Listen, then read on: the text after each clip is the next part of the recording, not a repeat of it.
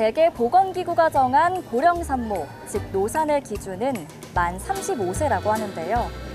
소설 속 주인공 하율은 44세 나이에 갑작스럽게 둘째를 임신하게 됩니다. 험난한 세상에 뭐 하나 수월하게 풀리는 것도 없고 아이를 돌보는 일도 고되지만 그녀는 아이로 인해 세상 그 무엇과도 비교할 수 없는 기쁨과 설렘을 느끼는데요. 오늘은 사랑하는 무언가를 지키기 위해 애쓴 사람들에게 위안이 되는 책, 어쩌다 노산입니다.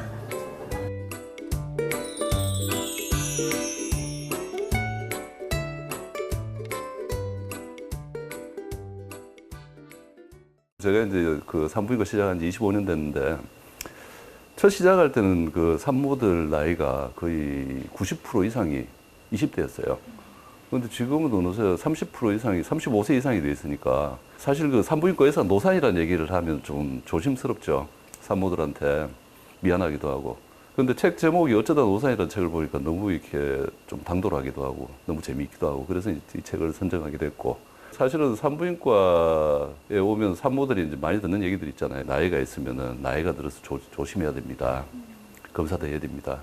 근데 사실 이런 내용들이 뭐 조심을 한다면 뭘 조심해야 되는 건지 아무도 얘기를 안 해주죠. 하지만 여기 우리 어쩌다 노산에 보면은 이 모든 일들을 이제 극복해가는 아주 씩씩한 한 명의 산모가 들어있어요. 주인공이. 이제 주인공 하율은 일을 하는 그 워킹맘이죠. 예, 그리고 작가기도 하고.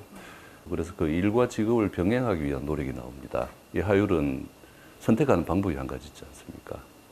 수면을 조절해버리죠. 잠을 안 자고. 그래서 이 일과 이 육아를 병행하기 위해서는 이런 아주 그 극단적인 방법을 선택할 수밖에 없다는 게 우리나라의 현실이 아닌가. 좀 씁쓸하죠, 느낌이. 그래서 과연 지금 이렇게 육아와 출산에 프렌들리하지 않은 이런 사회 상황을 그대로 우리가 끌고 가는 게 맞는가. 이런 질문을 그 소설 안에서 하고 있는 거예요. 엄마에게도 돌봄이 필요해요. 라는 구절이 있더라고요. 이게 짧은 구절인데 굉장히 마음에 와닿았습니다. 사실은 여성들이 아기를 낳는다는 거, 이 초능력이거든요. 그렇잖아요. 한 생명을 만들어서 뱃속에서 만들어낼 수 있는 능력이라는 게. 이 초능력을 제대로 꽃피우게 만들려면은 주위에서 돌봐줘야 되는 거죠. 보통 여왕벌들을 보면은 수만 마리의 그 일벌들이 이 옆에서 보조를 합니다. 그리고 옛날에 우리나라 속담에도 보면은 아기는 여자가 낳지만 키우는 건 온 동네가 키운다고 그러죠. 예. 그래서 진정한 어떤 마블 히어로를 만들기 위해서 여성을, 그러기 위해서는 주위에서 많은 숱한 그런 어떤 무한정의 보조와 그 이제 케어가 필요하지 않나. 그래서 어쩌다 노산이라는 책은 제가 보기에는 이런 어떤 그 노산, 그리고 고령 임신들, 그리고 모든 산모들에 대한 조용한 응원이고, 환호라고 생각을 합니다. 그래서 이 책을 선정을 하게 됐습니다. 어쩌다 노산은 작가의 실제 경험을 바탕으로 한 자전적 장편 소설입니다.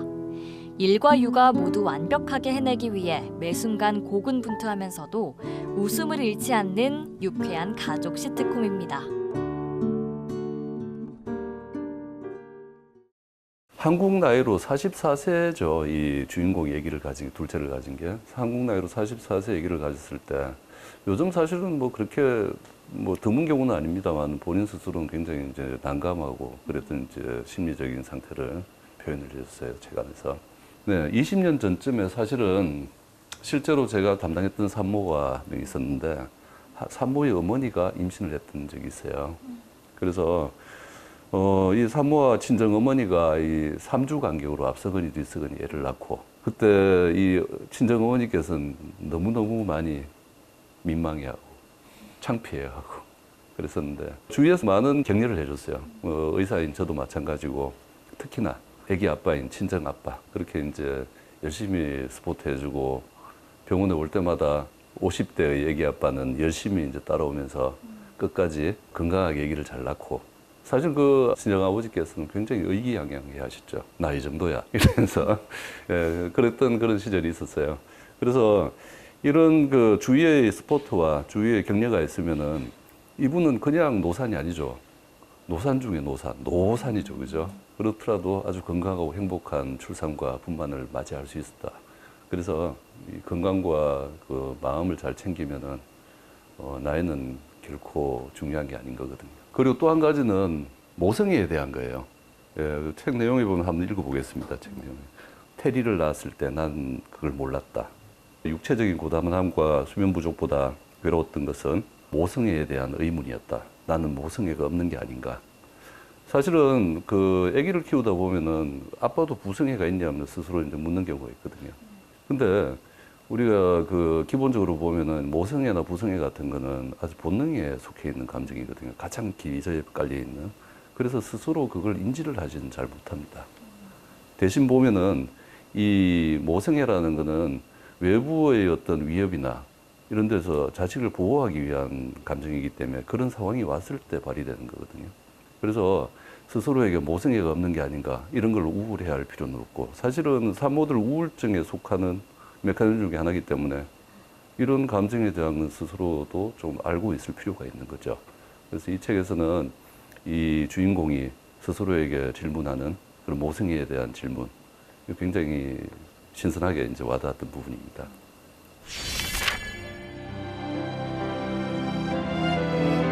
저자는 이 세상 모든 엄마들이, 여성들이 그 누구도 아닌 스스로를 중심에 두고 살아갈 수 있기를 바랍니다. 그래야 비로소 내 주변의 모든 사람들도 온전히 사랑하고 품을 수 있기 때문입니다. 부만병원을 하고 있는 산부인과 의사인 저희 입장에서는 출산율 저하는 이건 막연한 관념적인 멀리 있는 내용이 아닙니다. 피부로 느끼는 현실이고 공포스러운 미래죠. 요즘 사회에서 어떤 그 해결 방법이 있을지 모르겠지만 분만이라는 건 굉장히 중요한 내용이라는 거죠. 그래서 이런 얘기를 하죠. 하율이 산부인과 의사 선생님한테 선생님 이런 세상에서 아이를 낳는 건 잘하는 행동일까요? 심박사는 자리에 앉으면서 말했다. 그럼요. 어떤 상황에서도요. 라고 얘기를 합니다. 소설 안의 신박사도 현실에 있어도 똑같이 우리의 미래를 위해서 일을 하고 있는 그 산부인과 의사거든요. 당연하죠. 잘하는 일이죠. 언제든 옳은 일이고요. 그 마지막으로 제가 이제 노산에 대해서 응원의 말 한마디를 하고 싶은데요. 요즘은 사실 노산이 흔한 일입니다. 드문 일이 아니고. 그게 부끄러운 일도 아니고. 근데 이제 여기에서 우리가 해결을 못하는 일은요. 사실 연령이 올라가면 태아 염색체 이상은 발생률이 올라가요. 그거 외에는 다른 건 별 문제가 없습니다. 태아 염색체 이상은 중간에 검사를 한번 하면 되고. 하지만 건강한 40대 임신과 건강하지 않은 20대와 오히려 40대 건강한 산모가 훨씬 더 출산도 잘하고 건강한 아기를 낳거든요. 그래서 쉽습니다. 임신 전과 임신 중 꾸준한 운동을 하고 자기 몸 관리 잘하고 신체적 나이를 20대로 만들어 놓으면 그 나이는 숫자에 불과하게 되는 거거든요. 예. 산모들 아기를 가진 데서 겁낼 필요 없어요. 뒤에는 산부인과 의사들이 있을 거고 거기에 대해서 화이팅 할 수 있도록 도와드릴 겁니다.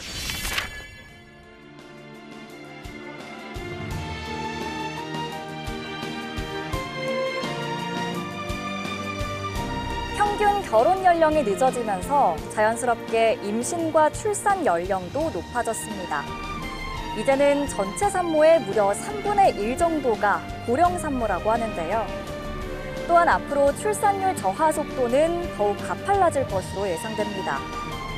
이제는 노산의 위험성보다는 어떻게 모든 여성들이 늦은 나이에도 새롭게 태어나는 생명을 건강하고 행복하게 맞이할 수 있는지를 얘기해야 할 시점이 왔습니다. 행복한 책 읽기 이메린입니다.